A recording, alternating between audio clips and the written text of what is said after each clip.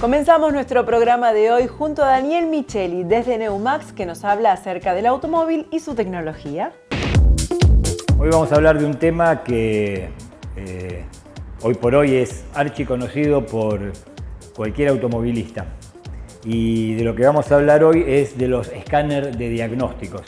Allá por los fines de la década del 90, la electrónica empezó a tomar auge dentro de los vehículos y aparecieron los primeros escáneres en forma masiva. De hecho, los escáneres existen muchísimo tiempo antes, pero estaban reservados para muy pocos vehículos y debido al valor de los escáneres y a la poca cantidad de vehículos que lo necesitaban, los escáneres de diagnóstico eran muy caros y prácticamente nadie los tenía. A partir de la fines de la década del 90 esto ya se hizo imprescindible y hoy por hoy no hay taller que quiera hacer una reparación de un vehículo que pueda prescindir del escáner.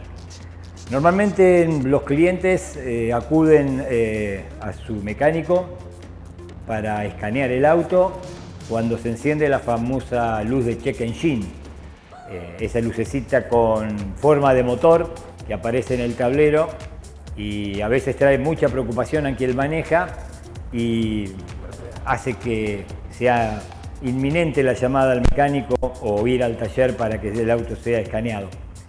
Y hoy vamos a hablar sobre qué es lo que hace el escáner, pero también qué no hace el escáner, porque también hay mucho mito y leyenda alrededor del escáner. Algunos piensan que uno le coloca el escáner al auto y le dice absolutamente todo lo que tiene el auto y realmente no es así.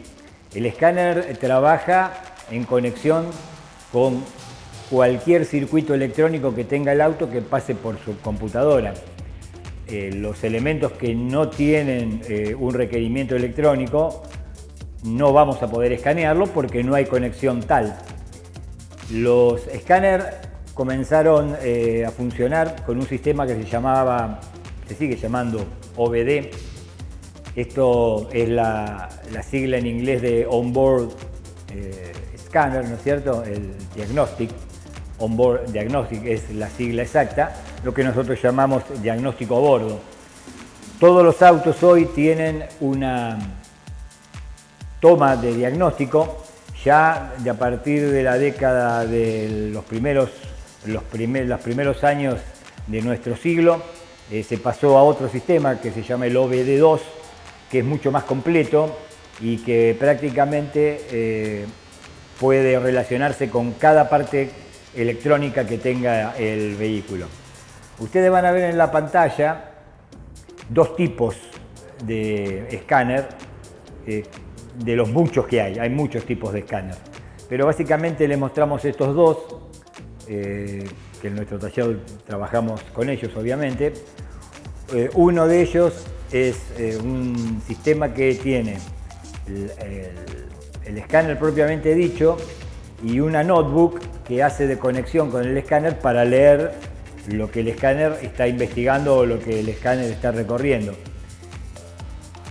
El módulo del escáner se conecta al auto y a su vez, a través de sistema Bluetooth, podemos leer en la pantalla de la notebook, de la laptop, todo lo que el escáner está investigando, está revisando, está diagnosticando.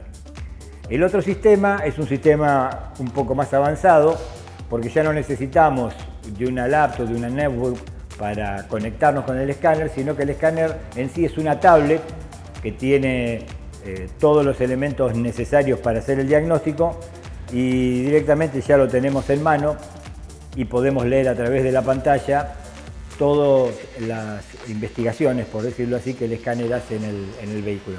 Los dos sistemas son exactamente igual de eficientes. La eficiencia va a depender de la calidad y del tipo de escáner. Hoy por hoy en el mercado hay algunos escáneres que se venden por muy pocas monedas, que son absolutamente imprecisos, que no dan mucha información y que no permiten ciertas tareas que son imprescindibles si uno quiere reparar el auto. El diagnóstico a través del escáner es el primer paso. para saber cuál es el inconveniente que tiene el auto, por qué se encendió esa famosa lucecita. Y a partir de allí nosotros obtenemos una serie de diagnósticos de los distintos tipos de fallas que puede tener, y a veces hay algunas fallas que nosotros llamamos fugitivas, que son fallas esporádicas que el cliente ni siquiera se percibió, pero quedaron guardadas en la computadora, y ese tipo de fallas el escáner tiene la capacidad de detectarlas y borrarlas, como todas las fallas. Cuando la falla que aparece en el tablero, en la famosa lucecita, es una falla que ya requiere una intervención, el escáner lo que nos va a dar siempre es un marco de referencia. No es normal que sepamos que exactamente hay un sensor, por ejemplo, que está fallando. Lo que nos va a dar el escáner es un diagnóstico de lo que está ocurriendo, de lo que leyó la computadora. Muchas veces el diagnóstico es sencillo, por experiencia, porque la falla es muy puntual y es fácil de detectar, pero otras veces nosotros tenemos el marco de referencia de cuál es la falla y ahí tenemos que ver dónde está el inconveniente. Un ejemplo que les doy, porque es bastante reciente, de un escaneo que se hizo en un vehículo con un motor naftero turbo.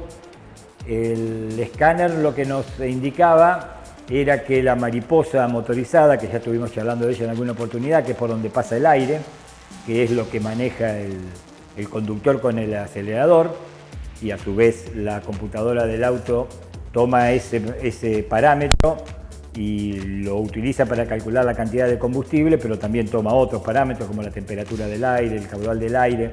Bueno, en este caso nos marcaba que la mariposa estaba oscilando de mínimo a máximo con bastante asiduidad.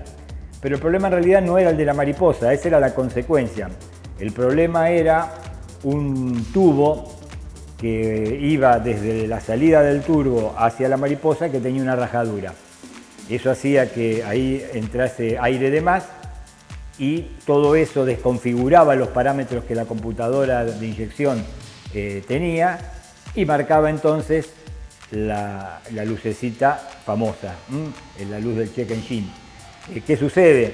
El conductor, salvo por esa luz, no notaba ninguna diferencia en el auto.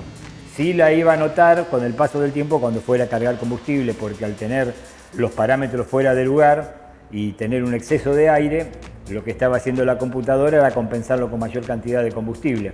El auto andaba bárbaro, pero cuando el dueño del auto se acercase a cargar combustible se iba a dar cuenta de que estaba gastando muchísimo más de lo que correspondía. ¿A qué quiero llegar con esto?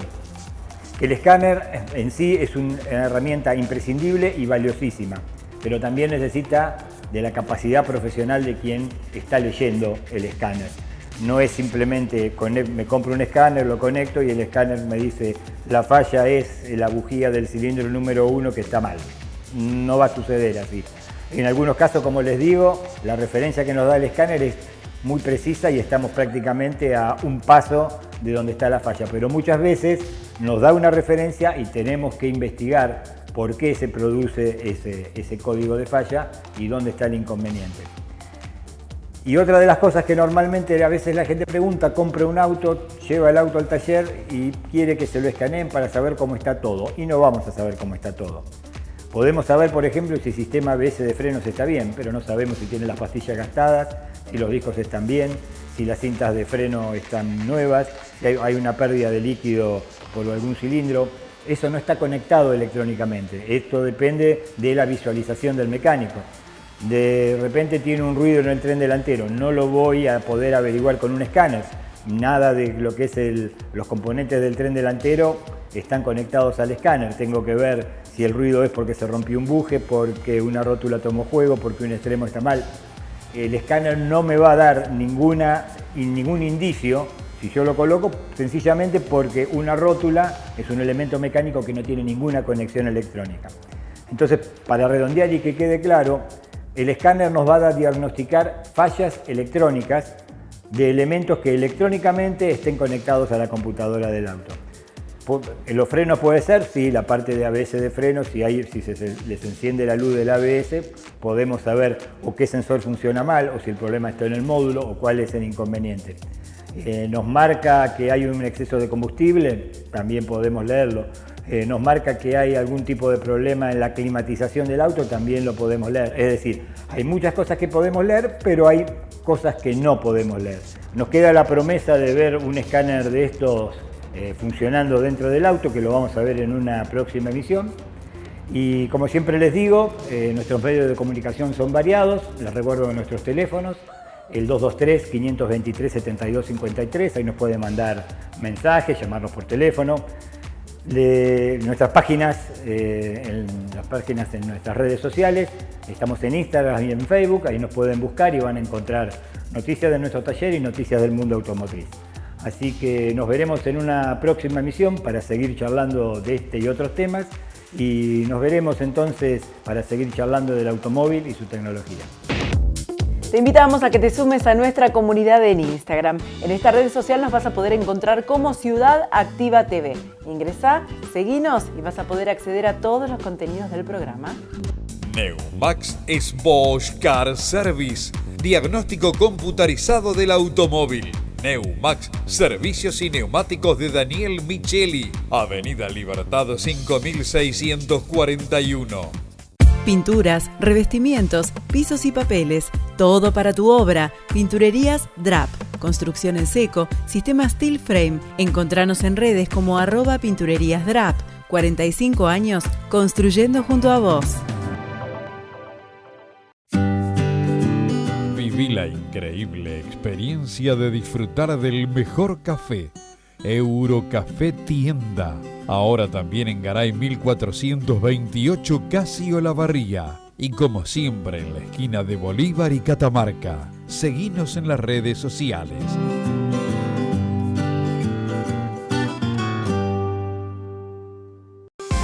Tu espacio cambia cuando elegís bien. Forero, experiencia y estilo en Mar del Plata. Líneas completas de sillones relax, sofás cama y comedores que se actualizan constantemente.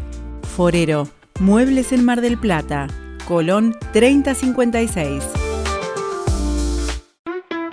En Electroconstitución llevamos más de 25 años iluminando tus espacios. Vení a conocer nuestro nuevo showroom en el lugar de siempre. Constitución y Vicente López y Planes. Innovación, tecnología, todo en electricidad y los mejores productos en iluminación. Seguinos en redes. Caños de cobre y aluminio, repuestos para cocinas, calefones, termotanques, calefactores, juegos de grifería, llaves de paso, Genosos Sanitarios, Gas Ferretería, 12 de octubre, esquina Sabio.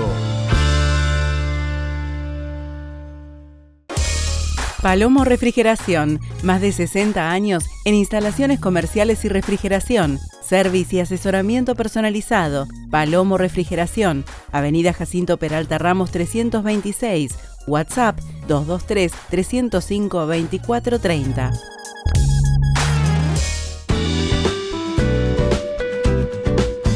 Segmento dedicado a la salud en este Ciudad Activa. Nos vamos ahora hasta la unidad de cardiología clínica.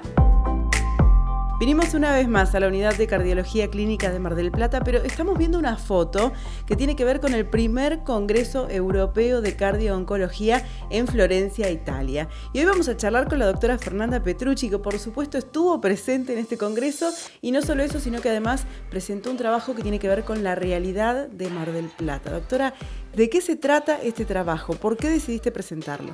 Bueno, este trabajo fue presentado como póster en este congreso. Es un trabajo descriptivo. Yo quería conocer la población de pacientes de cardio-oncología que veo en Mar del Plata desde hace 6 años.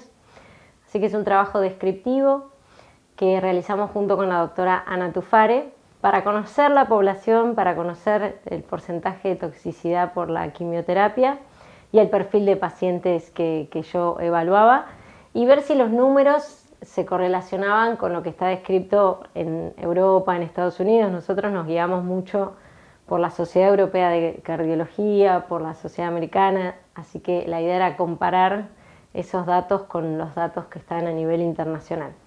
Así que este estudio, la mayoría de las pacientes eran mujeres, un porcentaje alto de cáncer de mama, luego le sigue cáncer de colon y los pacientes oncomatológicos.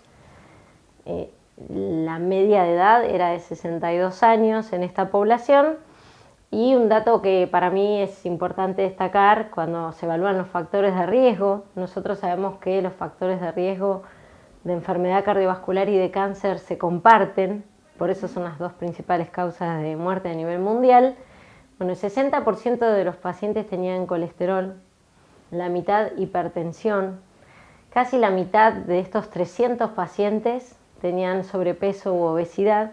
Todo esto sabemos que está relacionado con tener riesgo de tener toxicidad por los tratamientos oncológicos y un 30% de pacientes que habían fumado. Por suerte la incidencia de diabetes baja y un dato importante que el 80% no hacen deporte. Sabemos que el ejercicio físico es muy importante para prevenir la toxicidad por los tratamientos del cáncer y también a largo plazo, porque muchas veces estos tratamientos dejan secuelas a largo plazo, entonces el ejercicio físico es importante. Un alto porcentaje de los pacientes no realizaban ejercicio físico.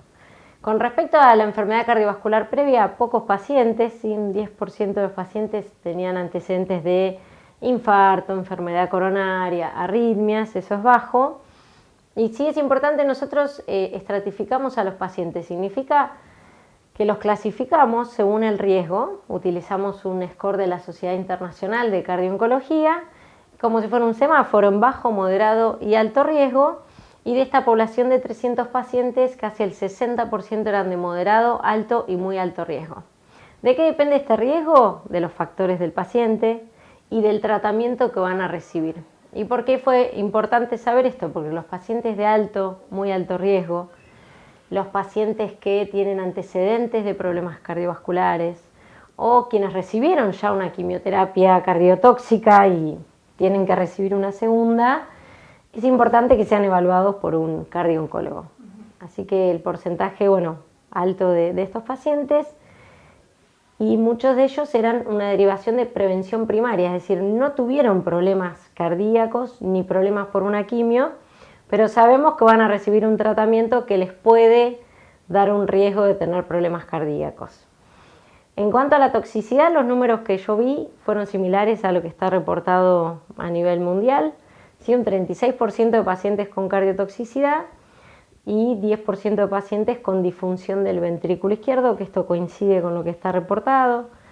Luego arritmias y hipertensión arterial. Hoy en día hay tratamientos dirigidos para el cáncer que generan hipertensión como efecto adverso. Y la inmunoterapia, que es una nueva terapia que surgió en los últimos años, que se usaba en 3 tipos de tumores, hoy se usa en más de 20. Cuando genera problemas cardíacos, estos son graves, si bien es poco frecuente, que es la miocarditis. La incidencia en esta población es de 1%, que es lo mismo que está reportado a nivel mundial. Así que los datos que obtuve fueron similares a lo descrito. Eso también para mí es importante porque no es lo mismo un paciente de Europa que un paciente de Latinoamérica. Y en este congreso de Florencia se invitó a participar de registros para tener estos datos del mundo real y saber realmente cuál es la incidencia de toxicidad, si es la que dicen los estudios o la población tiene otros números. Un dato que fue llamativo para mí y que también me lo había preguntado a la hora de desarrollar este estudio con la doctora Tufare, era si nosotros estamos muy enfocados en la toxicidad de mama y no en otros tipos de tumores, y quienes tenían más toxicidad eran el cáncer de endometrio y el riñón, y no tanto mama. Entonces, una reflexión que yo obtuve fue, nos tenemos que ocupar de todos los tipos de tratamiento. Ya sabemos que las antraciclinas, la radioterapia, hay algunas drogas que son sabidas que generan toxicidad, pero todas estas nuevas terapias que no sabemos a largo plazo las consecuencias que pueden llegar a tener, tenemos que ocuparnos también de esos pacientes. Vos hablaste de algunos factores de riesgo que los pacientes traían previamente al tratamiento. Ahora, ¿qué pasa con los que se agregan después a partir de la toxicidad de la medicación que reciben? Sí, hoy se está estudiando con respecto a la inmunoterapia, se está estudiando si progresa la placa de colesterol, acelera la placa de colesterol, así que eso es un desafío para nosotros a futuro. Y muchos pacientes oncológicos luego del tratamiento se vuelven sedentarios, aumentan de peso y empiezan a tener estos factores de riesgo. Esto está descrito en los supervivientes al cáncer en la infancia. Cuando se comparan los niños que tuvieron cáncer con los que no, en la vida adulta tienen más hipertensión, más obesidad, más diabetes. Y lo mismo pasa con los adultos. Un gran porcentaje de pacientes se vuelve sedentario. Las terapias, por ejemplo, el bloqueo hormonal, ¿sí? La terapia hormonal que se utiliza en cáncer de mama, genera aumento de peso, adiposidad localizada, colesterol, hipertensión, así que las consecuencias a veces a largo plazo son estas y se puede tratar y se puede prevenir, que eso es lo más importante. Se pueden prevenir las consecuencias de estos tratamientos. ¿Durante el tratamiento lo podemos prevenir? Durante el tratamiento lo podemos prevenir. Esta estratificación de riesgo nos permite a veces en los pacientes de alto y muy alto riesgo utilizar medicación, el enalapril, el nebivolol, ¿sí? El bisoprolol. Hay estudios con este tipo de fármacos para prevenir el desarrollo de toxicidad en los pacientes de alto y de muy alto riesgo. Por eso es importante la evaluación pretratamiento. Y sobre esto, cuando realicé el estudio, en los primeros años los pacientes eran derivados cuando tenían un problema cardíaco por la quimio.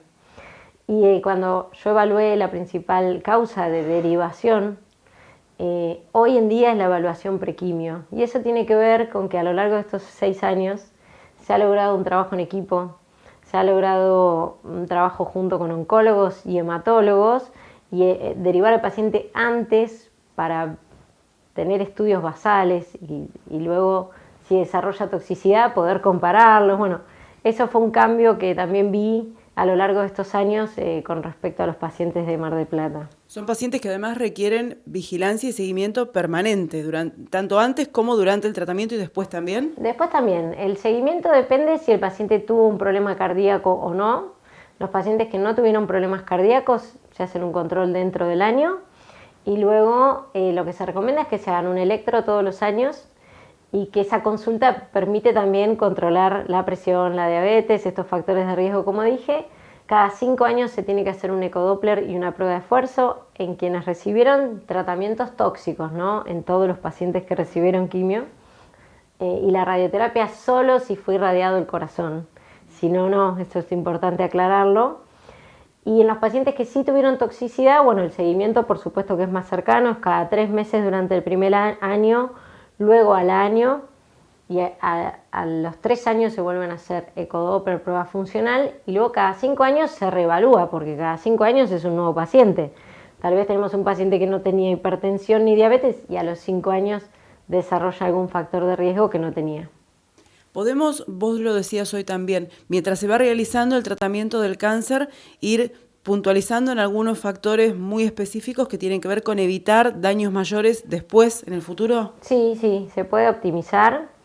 Hay un concepto nuevo que se habló en este congreso también, que es la cardiotoxicidad permisiva, que es tal vez permitir un poco de daño cardíaco, siempre con un monitoreo muy estricto. Se hizo una encuesta entre cardiólogos y oncólogos que se presentó y los oncólogos suspenden el tratamiento del 100% cuando hay una caída de la función cardíaca y los cardiólogos el 20%. Hay un cambio en la conducta con respecto a estas toxicidades y lo que se pretende es que el paciente pueda continuar y terminar el tratamiento de la forma más segura. Entonces a veces permitir un poco de toxicidad con un monitoreo estricto, no se va a exponer al paciente, pero que pueda terminar estos tratamientos es algo muy importante para nosotros. No interrumpir, sino colaborar con el oncólogo y con el oncomatólogo para que el paciente pueda hacer el tratamiento y tenga el menor daño cardíaco posible. ¿Y el trabajo en equipo sigue siendo clave en ese aspecto? Siempre el trabajo multidisciplinario, las decisiones en conjunto, también junto con el paciente, porque es muy importante el paciente qué es lo que decide con respecto a continuar, ¿no? Y qué es lo que es lo mejor para él. Psico-oncología, bueno, realmente el trabajo en equipo siempre enriquece y es lo mejor para el paciente. Doctora, muchas gracias y felicitaciones por la presentación de este estudio. Gracias a ustedes por venir. Ciudad Activa OK es el nombre de nuestro espacio en Facebook para que puedas ingresar, darnos un me gusta, comenzar a seguirnos y poder entonces ver todos los contenidos del programa que te gustan una y otra vez. Unidad de Cardiología Clínica, Doppler Color, Ecoestrés, Holter, Rehabilitación del Cardiópata, Ergometría Digital, TIL Test, Mapa, Prequirúrgicos a Demanda, Cardiología Infantil, 491-0024. Centro de Día Plaza Mitre. Más de 12 años de experiencia avalan nuestro compromiso con los adultos mayores y sus familias, con actividades permanentes para fortalecer la autonomía y socialización. Atendemos PAMI y particulares. Córdoba 2752. Teléfono 223-628-4733. En amoblamientos y mármoles, María Marta. Más de 50 años de experiencia en la industria marplatense para brindarte el mejor asesoramiento y la más alta calidad. Victoriano Montes y 9 de julio, 477-5846. Siviero Óptica. Lentes progresivas, nitidez sin esfuerzos a cualquier distancia en un solo par. Anteojos de sol y recetados. Consulte a su oftalmólogo y venga a Siviero Óptica. Jacinto Peralta Ramos, 789, 483-1439. ¿Tanques para agua? La Casa del Tanque de Agua. Te esperamos en Gaboto 6654, de lunes a viernes de 8 a 18 y los sábados de 9 a 13 horas. Colección otoño-invierno en cuenco de agua. Talles del S al XXL y en jeans del 24 al 56. Cuenco de agua. Constitución 7314. Seguinos en redes. Reparación y rectificación de tapas de cilindros nacionales e importadas. Rectitap de Ignacio Dupuy. Juan B. Justo, esquina Malvinas. Segundos finales de Ciudad Activa de hoy, para agradecerles a ustedes por estar del otro lado semana tras semana viéndonos. También un agradecimiento muy especial a todos los auspiciantes que hacen posible que podamos llegar a ustedes cada semana con todos nuestros contenidos. Y ahora sí, nos despedimos. Nos vamos a volver a encontrar la próxima semana en un nuevo Ciudad Activa.